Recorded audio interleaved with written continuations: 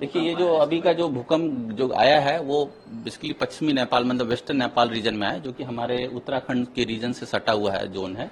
और ये जो अर्थक्वेक जहां आया है वो हमारे जो दो प्लेट्स हैं, जो इंडियन प्लेट और यूएसएन प्लेट, उसकी कोलिजन बाउंड्री पर आया है। और अगर पास्ट में भी अर्थक्वेक देखें तो यहाँ पर नवंबर में भी अर्थक्वेक आ चुके हैं, अभी जनवरी रिसेंट में जनवरी में भी आए हैं, दैट इज 6.3 मैग्नीट्यूड का अर्थक्वेक था, ठीक है, जो कि दिल्ली में भी फेल्ट हुआ। अभी का जो अर्थक्वेक आया है वो अगर यहाँ पर आप मैप देखेंगे तो ये जो है 6.2 का है, जो कि बहुत सैलो डेप्थ पर था, मतलब 5 किलोमीटर डेप्थ पर आया अर्थक्वेक आया है, जो कि 2:51 14:51 पर आया। और अभी तक इस अर्थक्वेक के आने के बाद, क्योंकि जैसे बड़े अर्थक्वेक आते हैं उसके बाद उसके आफ्टर शॉक्स भी होते हैं, तो ये अर्थक्वेक जो अभी आए हैं उसके अभी तक हम लोग 2 आफ्टर शॉक भी रिकॉर्ड कर चुके हैं इस रीजन में। जैसे आप देख रहे हैं रेड वाला जोन देख रहे हैं, ये 2 आफ्टर शॉक उसी रीजन में 10 किलोमीटर के अराउंड में आ चुके हैं। और जैसा कि मैंने पहले ही बताया कि ये कोलिजन बाउंड्री यहाँ पर अगर पास्ट में भी देखें तो बड़े अर्थक्वेक आ चुके हैं, जैसे नवंबर में आए हैं 5.8 के, 6.2 के जनवरी में आए, और अभी जो है ये 6.2 का फिर ये अर्थक्वेक आया। ये सब जितने भी अर्थक्वेक हैं ये सब वेस्टर्न नेपाल में कंसंट्रेटेड है।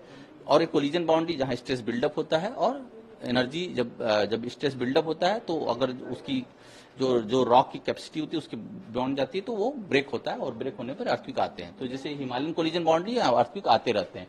अगर ये अर्थक्वेक देखा जाए तो कहां कहां फेल्ट हुआ, अगर इसकी इंटेंसिटी की बात की जाए कि इसकी इंटेंसिटी कितनी थी, तो अगर यहाँ पर देखें तो इस अर्थक्वेक की इंटेंसिटी अगर देखा जाए तो 6 था, जो कि हम लोग ने इमीडिएटली अर्थक्वेक जैसे डिसमिनेट किया उसका 6। और दिल्ली में अगर आप देखें तो ये स्लाइटली फेल्ट था, मतलब 3 की मैग्नीट्यूड थी दिल्ली रीजन को जो कवर करता है। और उसी दौरान अगर देखा जाए तो पब्लिक से बहुत रिस्पांस आया। देखिए अब तक हमारे पास 1 घंटे बीत चुके हैं अर्थक्वेक के, 70 रिस्पांस आ चुके हैं।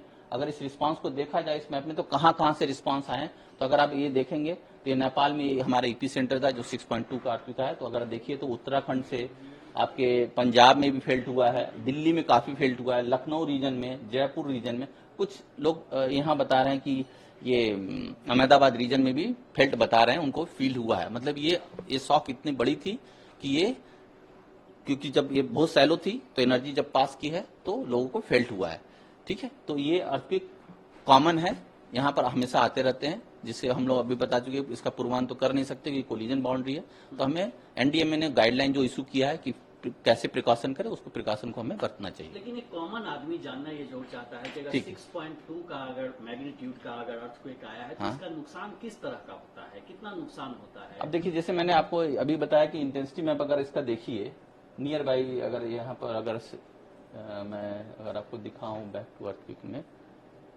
तो नुकसान की अगर बात करें तो 6 मैग्नीट्यूड है। अगर अच्छी क्वालिटी की बिल्डिंग है तो नुकसान की कोई गुंजाइश नहीं, केवल शेक होगा। लेकिन अगर पुअर क्वालिटी की बिल्डिंग है तो नुकसान की संभावना है।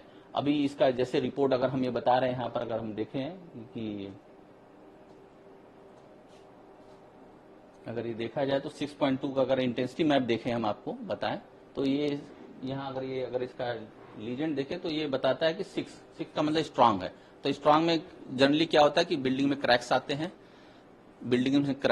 बिल्डिंग फॉल नहीं होती है। 6 का मतलब ये, अगर काफी अगर डिजास्टर होगा, ड्वेल होगा तो बिल्डिंग कोलैप्स होती है। तो 6 का मतलब बिल्डिंग में क्रैक्स, दरारें आ सकती हैं। और फेल्ट काफी देर तक, अगर पास में है, इसके पास है तो काफी देर तक फील होगा। जैसे दिल्ली में अभी हमारे मंत्रालय में लोग जैसे पैनिक किए तो मतलब 10 सेकंड 15 सेकंड का फेल्ट हुआ है। तो यहाँ पर कोई जान माल का नुकसान की संभावना बहुत ही कम है दिल्ली में, क्योंकि दिल्ली से 400 किलोमीटर दूर है जी। और जो भूकंप है ये क्या फिर से इस तरह के 6.2 मैग्नीट्यूड के अगर भूकंप आते हैं तो क्या इसके बाद बार बार कुछ दिनों तक रिपीट होने की भी? हाँ, मतलब आफ्टर शॉक आते हैं, आफ्टर शॉक इसके आते रहते हैं। जो अभी जैसे हमने आपको बताया कि 2 आफ्टर शॉक आ चुके हैं, तो संभावना है जैसे इसके पहले भी जो भी अर्थक्वेक आए नवंबर में या जनवरी में, उसके भी आफ्टर शॉक थे 5-10 रहते हैं, कुछ 1 महीने 2 महीने में सबसाइड हो जाते हैं। वो डिपेंड करता है कि कितना बड़ा वो जोन का कितना बड़ा फॉल्ट है, कितना बड़ा रप्चर हुआ, उस पर डिपेंड करता है। तो फिलहाल ऐसा कहा जा सकता है कि जो भूकंप आया है उसका बड़ा कोई नुकसान नहीं, नुकसान बड़ा नहीं हुआ अभी तक। तो जैसे हमारा जो रिपोर्ट है उसमें तो ये नहीं, जो इंटेंसिटी है वो नहीं दिखा रहा है कि बहुत जान माल का नुकसान हुआ होगा। अब वो जैसे जैसे रिपोर्ट आएगा वो बताएं, अभी तो हम नहीं बता सकते क्योंकि इसकी जनगणना एनडीएमए करती है। हमें तो केवल अर्थक्वेक का डिसमिनेट करना है, कहाँ आया, इसकी इंटेंसिटी क्या है बताना है। तो मैंने अभी पब्लिकली बता दिया और और मीडिया। चूंकि दिल्ली और उसके सराउंडिंग एरिया में, नोएडा और आसपास के एरिया में हाई राइज बिल्डिंग है, तो उसका कितना असर होता है उस तरह के बिल्डिंग पर अगर बात करें तो? सेक फील होगा बिल्डिंग, क्योंकि ये नेपाल में अर्थक्वेक का है, 400 किलोमीटर दूर है, 500, तो सेक फील होगा। कोई नुकसान का कोई संभावना बहुत ही कम है, नुकसान की संभावना बहुत कम है, क्योंकि इंटेंसिटी यहाँ पर अगर आप देखिए, अगर इसका इंटेंसिटी देखिए दिल्ली में तो काफी कम है। यहाँ देखिए, अगर ये देखा जाए तो अगर यहाँ देखा है तो स्लाइटली है, इस रीजन में जो इंटेंसिटी है बहुत ही स्लाइटली है, 3 के करीब है, तो केवल सेक फील होगा, नुकसान की संभावना कम है हाई राइज बिल्डिंग में भी।